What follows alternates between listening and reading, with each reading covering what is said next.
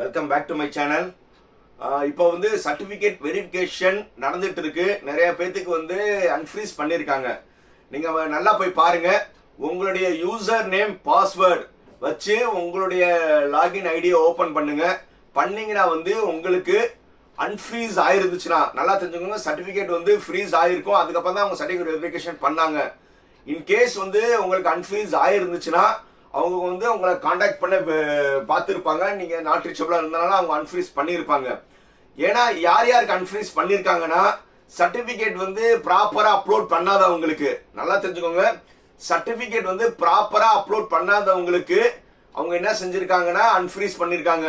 Maybe அவங்க community certificate தப்பாக இருந்திருக்கலாம், மேபி 10th ஏற்றாமல் இருந்திருக்கலாம், +2 சர்டிஃபிகேட் ஏற்றாமல் இருந்திருக்கலாம், மேபி வந்து பிஎம்எஸ் காரவங்க இன்கம் சர்டிஃபிகேட், இந்த மாதிரி வந்து நிறைய விஷயங்கள் வந்து நீங்க வந்து சர்டிஃபிகேட் அப்லோட் பண்ணாம இருந்திருக்கலாம்.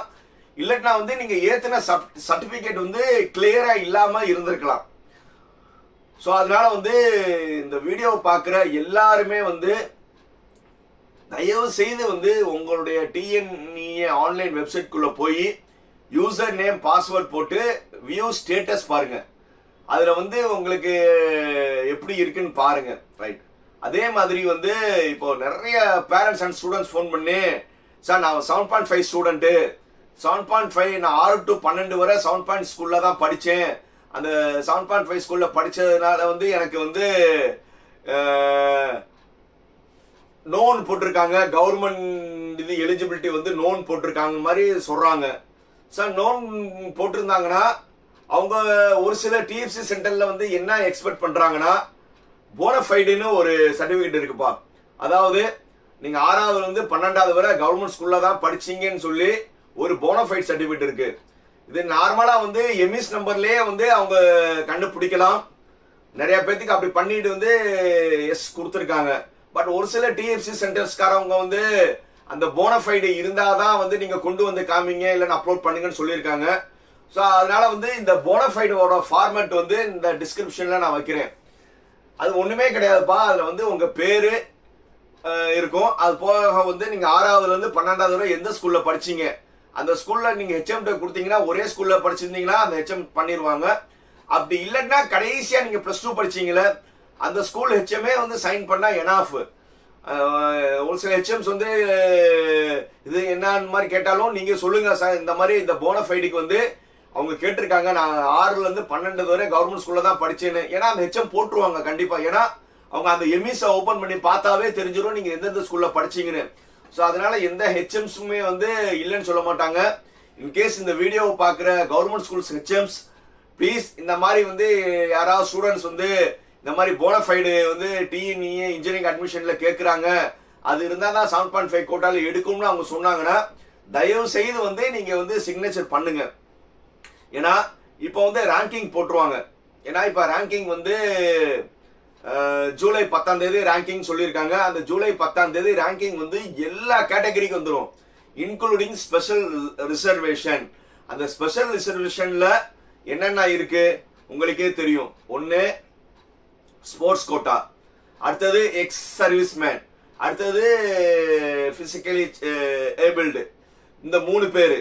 அதுக்கப்புறம் வந்து ஒகேஷனல் குரூப் ஸ்டூடெண்ட், அதுக்கப்புறம் வந்து ஜெனரல் ஸ்டூடெண்ட்.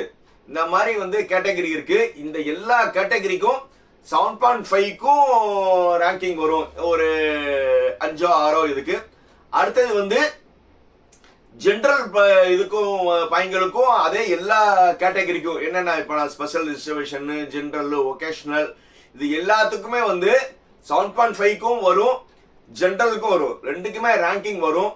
ஸோ அதனால வந்து இன்னொரு மேஜர் மிஸ்டேக் என்னன்னா, ஒரு ஸ்டூடெண்ட் வந்து நான் நிறைய வீடியோஸ்லாம் நான் சொன்னது உண்மையிலே நடந்திருக்கு. ஒரு ஸ்டூடெண்ட் வந்து எனக்கு ஃபோன் பண்ணி, சார் நான் வந்து என்னுடைய கம்யூனிட்டி சர்டிஃபிகேட் ஏத்தல சார், இப்ப பார்த்தா ஓசின்னு இருக்குன்னு. எத்தனை தடவை நாங்க வீடியோ போட்டிருக்கோம். ஏன்னா டிஎஃப்சி சென்டருக்கு இன்ஸ்ட்ரக்ஷன் வந்து கம்யூனிட்டி சர்டிஃபிகேட் இருந்தா அவங்க அந்தந்த கம்யூனிட்டியில போடுங்க. BC, MBC, BCM, DNC, SC, ST, SC அந்தந்த கம்யூனிட்டி இருந்துச்சுன்னா கம்யூனிட்டியில அந்தந்த கம்யூனிட்டி இருக்கும். நீங்க வந்து கம்யூனிட்டி சர்டிஃபிகேட் ஏத்தல அப்படின்னா அவங்க என்ன செய்வாங்க, ஓப்பன் கேட்டகரிக்கு தான் கொண்டு போவாங்க. அதனால டிஎஃப்சி சென்டர் இருக்காங்க மேல கோவப்படுறதுல நம்ம தப்பே கிடையாது.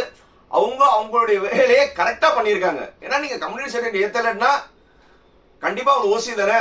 அதனால வந்து டிஎஃப்சி சென்டர்காரவங்க மேல வந்து நம்ம வந்து குறை சொல்ல முடியாது. அவங்க இன்னொன்னு என்ன சொல்றாங்கன்னா, சார் அப்ளிகேஷன் ஃபார்ம்ல நான் அடிக்கும் போது வந்து நான் கரெக்டான கம்யூனிட்டி தான் போட்டேன், பிசினா பிசி, கேஸ்ட் எல்லாமே போட்டேன், ஆனா வந்து இப்போ எனக்கு ஓசின்னு மாறி இருக்குன்னா, இப்போ அப்ளிகேஷன்ல வந்து நீங்க என்ன வேணுமோ டேட்டா கொடுக்கலாம், அதை வெரிஃபை பண்றதுக்காக தானே சர்டிபிகேட் வெரிஃபிகேஷன். ஸோ அதனால நம்ம டிஎஃப்சி சென்டர் வந்து அவங்க வேலையை வந்து கரெக்டா தான் பண்றாங்க. நம்ம தான் என்னது நம்ம இதுல போட்டோம்ல எல்லாமே அப்ராக்சிமேஷன், அதாவது சும்மா ஏத்து அப்படி நம்ம என்ன நினைக்கிறது, அப்படி சரி பண்ணிடுவாங்க அவங்க இது பண்ணிடுவாங்க அப்படிலாம் கிடையாது. ஏன்னா வந்து அவங்க டிஎஃப்சி சென்டர்காரங்க நூக்கான் கார்னரா சர்டிபிகேட் வெரிஃபை பண்ணி ரேங்க் பண்ணணும். ஏன்னா ஒரு ஓசி பையனுக்கு கம்யூனிட்டியில வந்து சர்டிபிகேட் ஏத்தாம வந்து அவங்க கம்யூனிட்டியில கொடுத்தீங்கன்னா பெரிய டிஸ்பியூட் ஆகும்.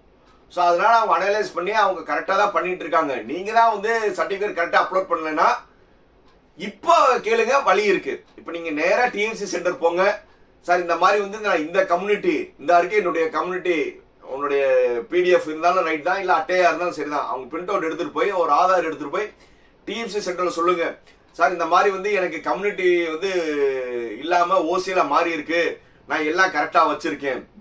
அதே மாதிரி 7.5 ஸ்டூடெண்ட்டும் வந்து சார் நான் வந்து 6 to 12 7.5 வாங்கினேன், ஹெச்எஃப்ஸ்ல போனஃபைட் வாங்கிட்டு அது கொண்டு போய் காமிங்க.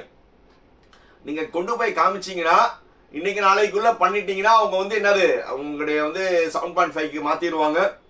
அதே மாதிரி ஓசியில இருந்தா அந்தந்த ப்ராப்பர் கம்யூனிட்டிக்கு மாத்திட்டு ப்ராப்பரா ரேங்க் வந்துடும். இந்த ரேங்க்ல வரும்போதே வந்து மெயினா நீங்க ரேங்க் 10ஆம் தேதி வந்தோடனே நீங்க பார்க்க வேண்டியது 7.5 ஸ்டூடெண்ட்ஸ் 7.5ன்னு ஒரு ரிசர்வேஷன் சொல்லி ஒரு பிடிஎஃப் வரும், அதுல உங்க பேர் இருக்கான்னு கண்டிப்பா பார்க்கணும். அதே மாதிரி பக்கத்துல வந்து ப்ராப்பர் கம்யூனிட்டியில இருக்கீங்களான்னு பார்க்கணும். அதே மாதிரி இந்த கம்யூனிட்டி சேஞ்சஸ் இருக்கிறவங்க வந்து இப்போ ரீசெண்டா போய் நீங்க பண்ணிருங்க, பண்ண பிறகு ரேங்க்ல வந்து கரெக்டா வந்து சேஞ்ச் ஆன கம்யூனிட்டி வந்திருக்கான்னு பாத்துக்கோங்க. இது வந்து நீங்க தான் பண்ணணும்.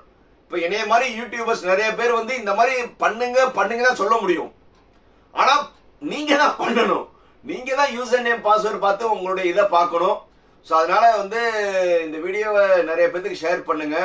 முதல்ல வந்து வியூ ஸ்டேட்டஸ் போய் பாருங்க, அப்போ உங்களுக்கு என்ன இருக்குன்னு அதிலே தெரிஞ்சிடும்.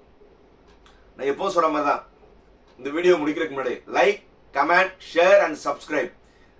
மீண்டும் அடுத்த வீடியோவில் சந்திக்கும் வரை பை பை.